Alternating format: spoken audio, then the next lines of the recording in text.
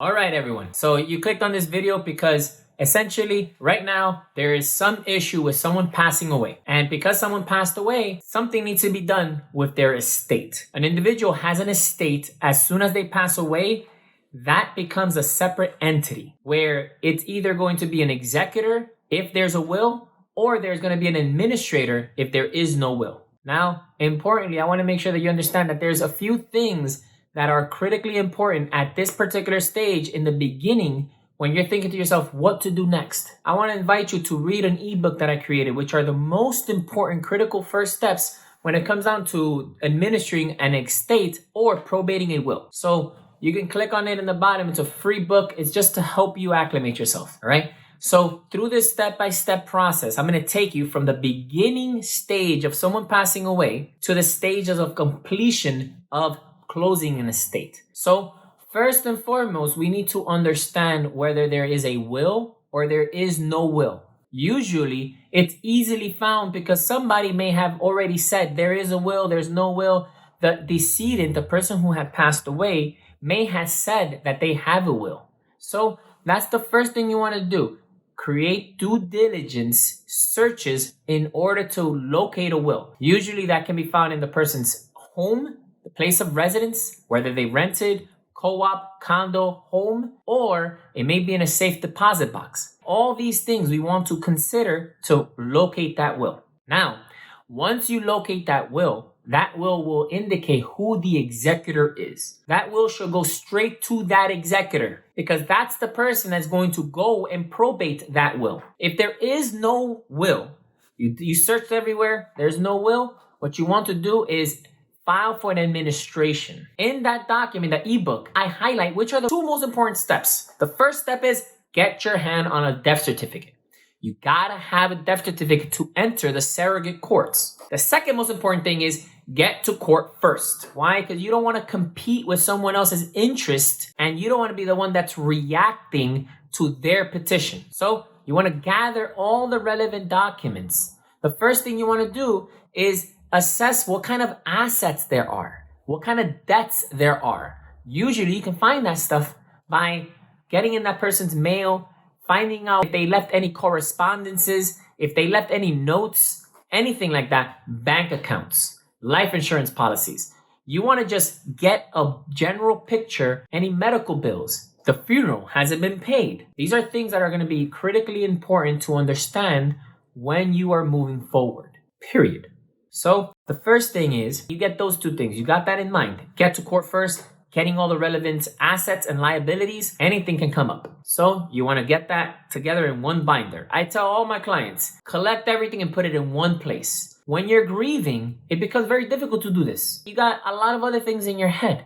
So just put it in one central location, right? So that then whenever you go and speak to someone else, another attorney, get yourself somebody involved, you can then quickly open that binder and say, hey, this is what I have. So based on those types of assets that you find and that binder that you create, you're going to be able to get that to an attorney and be able to have a competent conversation with that person so that they can guide you on creating the petition paperwork. Each case has different requirements in what is required to get into surrogate courts. There are certain things that are always required, such as the death certificate and the specific petition that you're going to be submitting, either an administration or a probate. But depending on who's involved in the case, you may want to get waivers and consents. You may have to notify the person.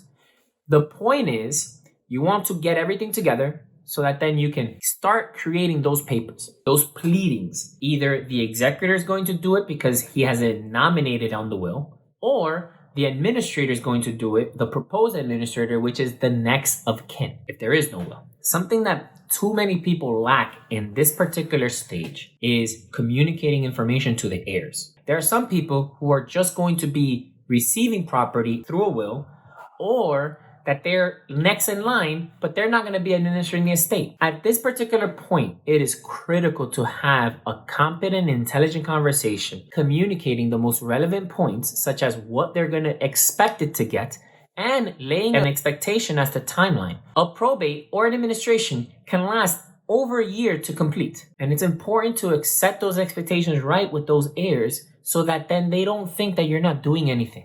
right? There's a lot of jobs that it's going to be taking to do, and you're going to make sure as a fiduciary, remember, an executor or an administrator is a fiduciary. They have a responsibility to the estate, and that sometimes can be very difficult to assess compared to your interest as a beneficiary, as someone who's going to be claiming property. That's why when you speak to an experienced attorney, they'll be able to understand and guide you to make the right decisions so that you're not personally liable. That's another one of my important rules.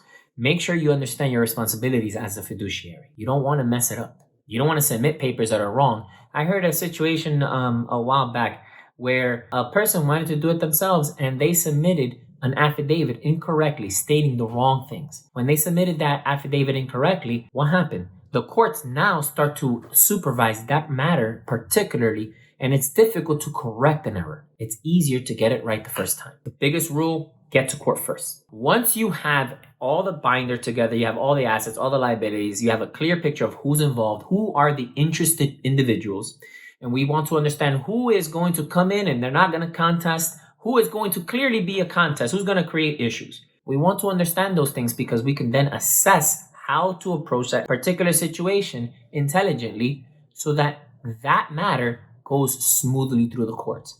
If there needs to be fights, let's assess those fights. Let's see where are the moments where there's going to have to be a fight. And if those fights need to be launched, let's see if we can resolve them pre-litigation. And if not, litigation is the way to go, right? Petitions are made in order to get the judge to make a determination. Usually, even after the petition is made, the parties still come together in order to find common ground. That is usually the least expensive approach because litigating will cost. This video is made so that you can understand the complications, so that you understand how to proceed step by step. And choosing the right people to work with makes all the difference. Now, you have the petition made. It's been reviewed, all the I's are dotted, and all the T's are crossed. If you're there, now you want to get that filed. You want to get it filed as soon as possible. You're going to know already what the value of the estate is. Why is that so important? Because the courts require a certain amount of money, an estate fee, in order to submit the application. For instance, if the estate is worth more than $500,000 in New York, that costs $1,250, period. That, in order to get that estate into the courts, you need to pay that. It is what it is. That's done. That's a third-party cost that comes out of somebody's pocket. And the question is, who's paying for that? Usually the executor pays for it because they can get reimbursed from the estate. The person responsible for filing will usually pay that money because they're interested in making sure that the assets are retitled into the correct names. They know that they're going to get paid back because those things are just reasonable expenses of the estate. So you file the case. Now what happens? The next thing that happens is you get court actions from the court. Specifically, those court actions will address your particular matter. The court will tell you what needs to be done in order. No, actually, let's make this clear. This is a misconception people have. The court will never tell you what you need to do because that's called legal advice. The only person that can tell you what needs to get done in a particular case is an attorney. For instance, this entire video is general information. You cannot, based on what I'm saying, make a determination as to whether you need to file something or not. What you need to do is essentially consult an attorney to find out what is it in this particular case, best approach, best practice. The court will tell you what procedures need to be followed, whether something is due at a certain time or not, but they won't tell you what specifically needs to be done. Once you get that court action, usually if you've hired an attorney and he's filed the matter, he's going to take care of every court action that comes up. He knows what is the court requesting and what is needed for the particular issues, such as whether to file a bond for the case or not, whether there should be a justification to not file a bond and save that money for your estate. There's different cases and every matter has a different need. So the particular attorney will guide that case depending on what's required for that specific court action. All these court actions lead specifically to one action, which is the judge stamping off and giving what's called letters of testamentary, that's for a will, or letters of administration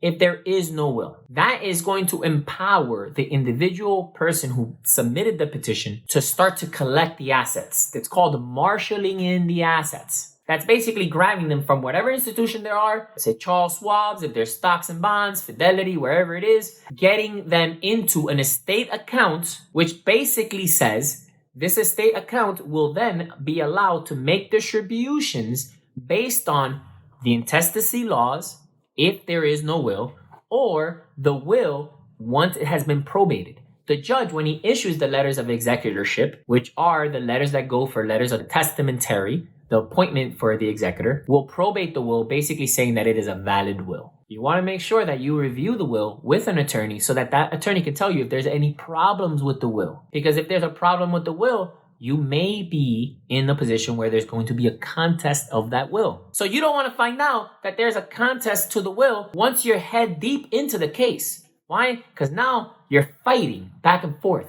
If you can prevent the issue, if you can approach the other side and say, hey, there's this issue, we're looking to resolve the matter, the costs don't balloon out of shape. When you're in these cases and you see the kind of cost that attorney litigation has, you're talking about hundreds of thousands of dollars, no matter what. And I'm not talking about hundreds of thousands of dollars because the case is worth $1 million. There could be hundreds of thousands of dollars of costs just because there's a fight back and forth where resolution wasn't sought initially. So now let's say you got the letters of appointment and now you have the assets moved from where they were because that was in the decedent's name. You need to put them somewhere. And that's usually done with the IRS issuing an EIN number that will then be able to be appointed to on a bank account so that then the account holds the estate assets.